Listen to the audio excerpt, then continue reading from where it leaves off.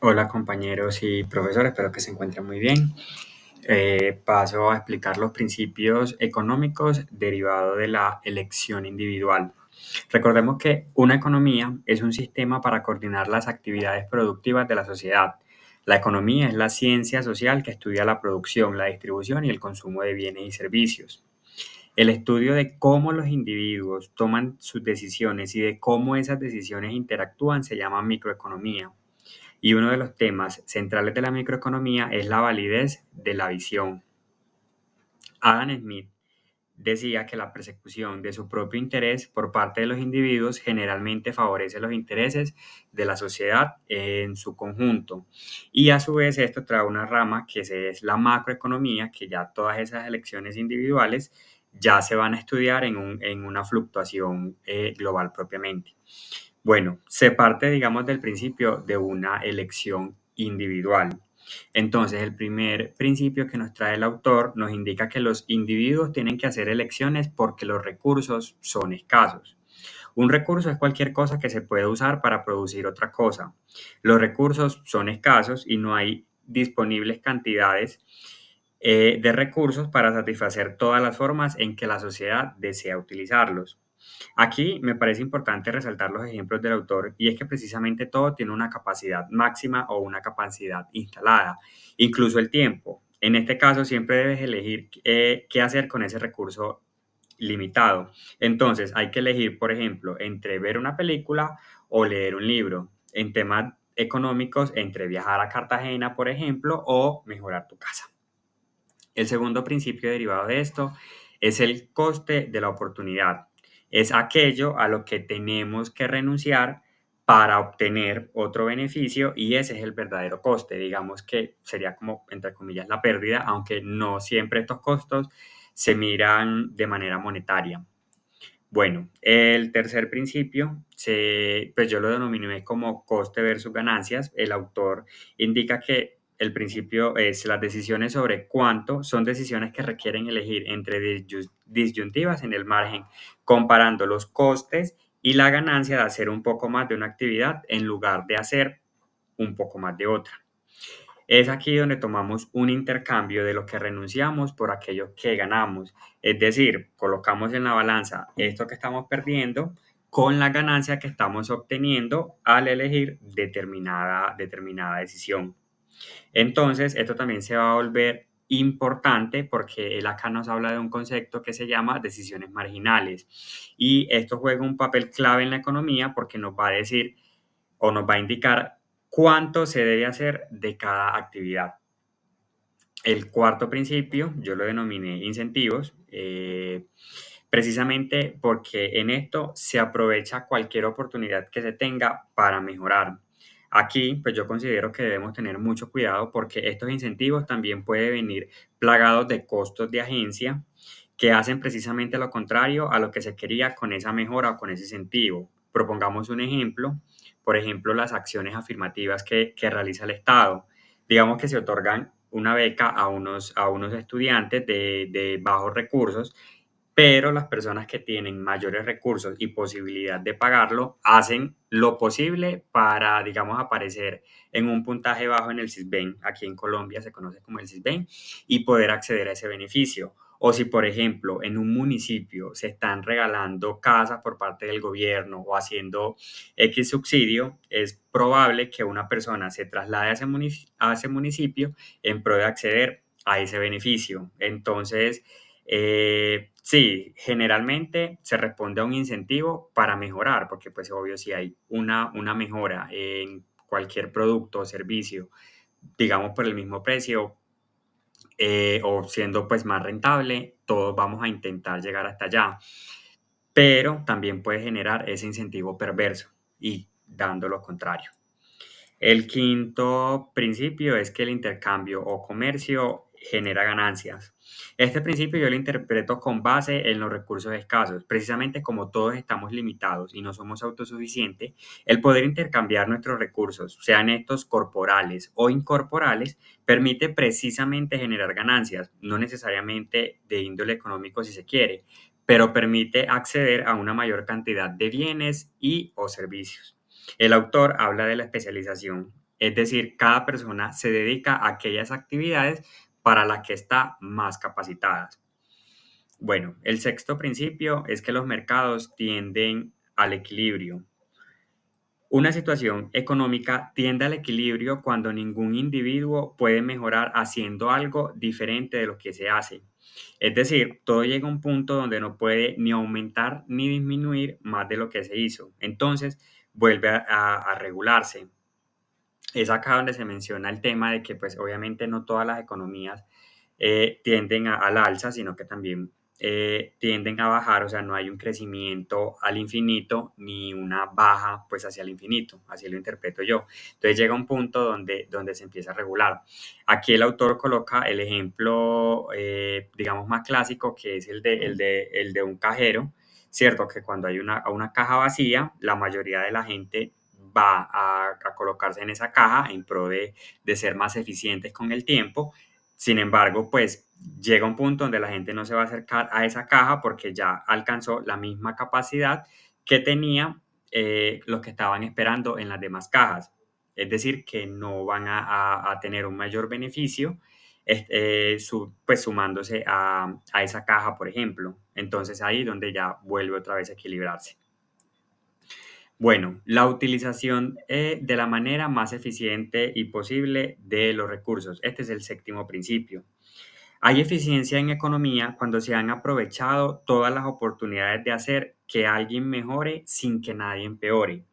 Cuando una economía es eficiente, está generando las máximas ganancias posibles del comercio, dado los recursos disponibles, porque no existe una forma de reasignar los recursos de modo que todo el mundo mejore. Aquí el autor habla de una tensión entre la eficiencia y la equidad.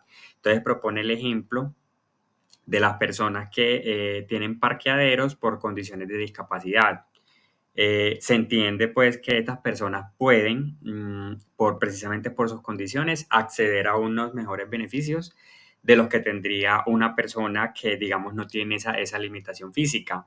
Sin embargo, cuando hay 10 parqueaderos de personas discapacitadas que no están siendo aprovechados porque pues no se están utilizando y la persona que no tiene una discapacidad no puede utilizarlo y obviamente hay una sobrepoblación pues de vehículos que necesitan parquear y no pueden parquear en ese punto, es ahí donde se va a generar una tensión entre la equidad que busca pues el gobierno, los estados y la eficiencia de los recursos, porque se está haciendo equitativo, pero no se está haciendo eficiente y esa eficiencia pues obviamente es una pérdida.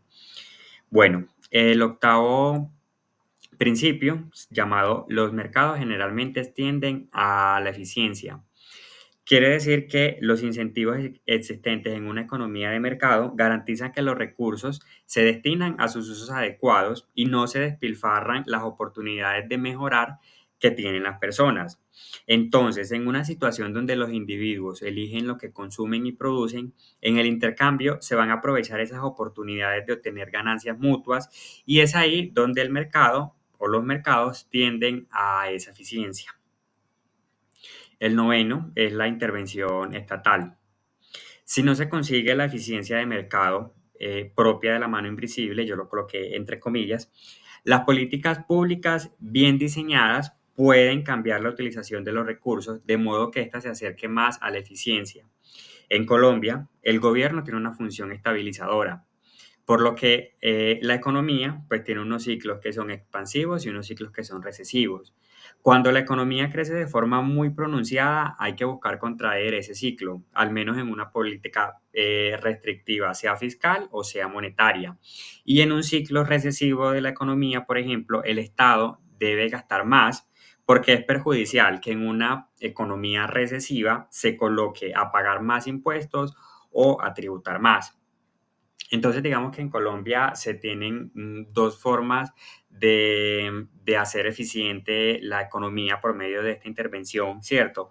Tratando de que el ciclo nunca sea un ciclo progresivo de la economía, sino que se mantenga, pues, que haya hay una regulación propiamente de esos ciclos, no haciendo que siempre crezca hacia el límite como hacia arriba de manera infinita, pues porque eso no va a ocurrir nunca, precisamente porque los recursos son limitados, pero que tampoco la recesión económica tienda pues a bajar mucho más. Entonces, digamos, hay una política monetaria y hay una política fiscal, ¿cierto? Las políticas monetarias, digamos que el principal encargado en Colombia es el Banco de la República y la política siempre debe ser contracíclica, es decir, que ataque al ciclo que se está haciendo. Esto lo puede hacer, por ejemplo, controlando flujos de liquidez, haciendo una regulación en las tasas de interés, imprimiendo más billetes o recogiendo billetes cuando hay demasiados billetes circulando. Y en la política fiscal, que esto lo hace el Ejecutivo pues a través de un plan de gobierno, el plan de presupuesto que se lleva pues al Congreso, etcétera, también puede hacer que estas políticas, pues que este ciclo económico no continúe pues creciendo o disminuyendo de manera drástica. Lo puede hacer por medio de impuestos, pues ustedes saben que los impuestos que de hecho no aparece acá porque se hablaba simplemente de hacer los 10 primeros, pero el 12º principio hablaba precisamente de que el gobierno controla nuestros gastos. En este caso, lo puede hacer por medio de impuestos. Hay impuestos que hacen que tú cambies tu conducta, que lo que buscan realmente es que se modifique la conducta de las personas. Ejemplo de lo que se está pasando aquí en Colombia es el impuesto a las bebidas azucaradas, el impuesto a los productos ultraprocesados. Lo puede hacer por medio de subsidios. Obviamente en un ciclo recesivo el Estado debe gastar más, debe dar subsidios a las empresas, a personas de menores recursos, etcétera. También controlando salarios. Obviamente el control de salarios hace que pues haya menos empleo o que sea sí, más difícil para las empresas generar nuevos empleos o viceversa. Cuando, digamos, se reduce, por ejemplo, los impuestos y se generan acciones afirmativas como, por ejemplo, contratar a personas menores de 28 años, hace que se te reduzca la tasa impositiva, que te puedas descontar, pues, cierto tipo de flujo de capital que hace que pagues menos impuestos, pues eso también ayuda. Un control migratorio, un control de precios, por ejemplo, también, como ocurre aquí, el control de precios a la gasolina, ciertos medicamentos. Bueno, y el último principio, para no extenderme, es que el gasto de una persona es el ingreso de otra. Es decir, que cuando una persona está gastando, obviamente ese gasto está ingresando al de otra persona. Yo acá lo tomé como un juego de suma cero. Es decir, que lo que yo gaste y no le ingrese a otra persona es una pérdida. Es una pérdida para otra persona. Es decir, si yo decido comprar en la tienda A y no en la tienda B, obviamente que yo no compre en la tienda B estaría representando una pérdida para esa persona, digamos por el tema del recurso, ¿cierto? Es como decir, el agua que yo me estoy tomando es un agua que las demás personas en comparación conmigo están perdiendo, así lo miro yo. Es decir, que ese gasto que yo realizo, pues obviamente sí puede comportar un ingreso para la persona a la que yo estoy haciendo el gasto, pero también está dejando de ser un ingreso para la otra persona a la que yo no le hice el gasto. Bueno, eso es todo. Mil gracias por escucharme.